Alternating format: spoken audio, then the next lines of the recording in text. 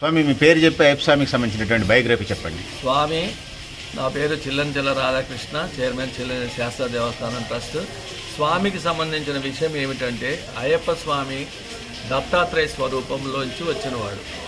దత్తాత్రేయ స్వరూపము దత్తాత్రేయ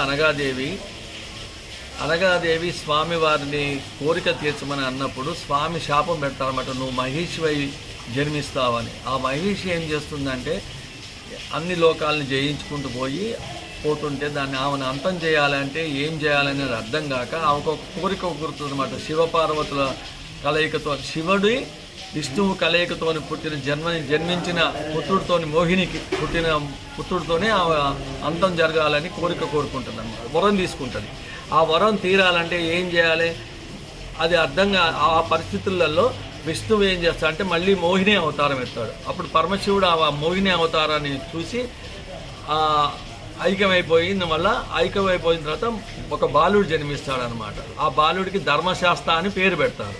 ఆ ధర్మశాస్త్ర అవతారం ఒక 12 సంవత్సరాలు జరిగిన తర్వాత స్వామికి అప్పుడు ఇంకా మీరు వచ్చిన ఫలితం ఏంటంటే మీరు జన్మించిన కారణము మహిషిని సంహరించడానికి అని చెప్పినప్పుడు మళ్ళీ బాలుడిగా పందల రాజుకి దొరుకుతారనమాట. పందల రాజు వారిని పెంచినప్పుడు ఆయనకి పిల్లలు లేరనమాట. పిల్లలు లేకపోవడం వల్ల ఆయన పెంచుకున్న తర్వాత వాళ్ళకి ఒక పిల్లగాడు పుడతాడు. అక్కడ మంత్రి ఏం చేస్తాడంటే రాజుగారి భార్యతోని నీ పెద్ద కొడుకుకి అభిమానం ఎక్కువ ఉండి ఆయనకే మొత్తం రాజ్యం అప్పచెప్పే పరిస్థితులు కలుగుతున్నాయంటే ఆమె ఏం చేస్తే తలనొప్పి లేస్తుందని చెప్పి పులిపాలు కావాలని పులిపాల కోసం స్వామి అడవికి వెళ్ళినప్పుడు వావర్ అనే ఒక మిత్రుడు కలుస్తాడు. వావర్ స్వామి ఆయన యుద్ధం చేసి వావర్ స్వామికి హితోపదేశం చేస్తాడు, నువ్వు ప్రజలను ఇబ్బంది పెట్టవాకని చెప్పేసి. తర్వాత ఆయనకు ఒక వరం కూడా ఇస్తాడు. ఏమనంటే ఎవరు శబరిమలకి వచ్చినా ఫస్ట్ నన్ను దర్శనం నీ దర్శనం అయిన తర్వాతనే నా దర్శనానికి వస్తారని ఒక వరం ఇస్తాడు. అలాగనే ఇప్పుడు ప్రతి ఒక్క స్వాములు చాలామంది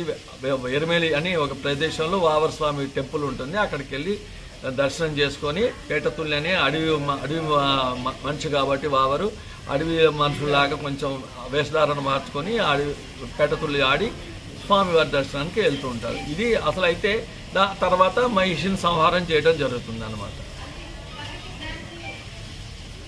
మహిళలు వాళ్ళు రావద్దు అనేది షరతులు ఉన్నాయి, దానికి సంబంధించి వివరించండి. మహిళలు రాకూడదంటే వాళ్ళకి అంటూ మహిళ ఉంటుంది కాబట్టి స్వామివారు బ్రహ్మచారి ఆయన ఏం చేశారంటే ఈ మహిషికి ఒక వరం ఇస్తారనమాట.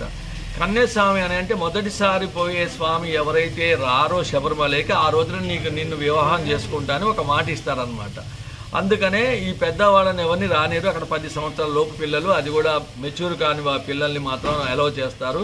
తర్వాత అంట్లు అంటే మెన్సెస్ తీరిన వాళ్ళు ఉంటే వాళ్ళని అంటే 60 సంవత్సరాల పైన 50కి బంధం 50 సంవత్సరాలు నిండిన వాళ్ళు ఎవరైనా అంటే మహిళలైన వాళ్ళు వెళ్ళొచ్చు.